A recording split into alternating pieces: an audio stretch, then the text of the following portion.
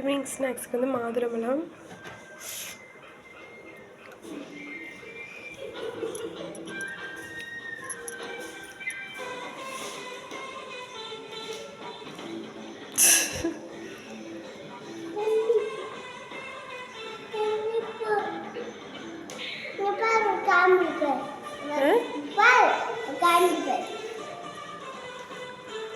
Comedy பார்க்குறதா? Comedy நீயே பாரு, காமெடி சாப்பிடு. எவ்வளோ ஜம்மமாக உட்காந்து சாப்பிட்றேன்.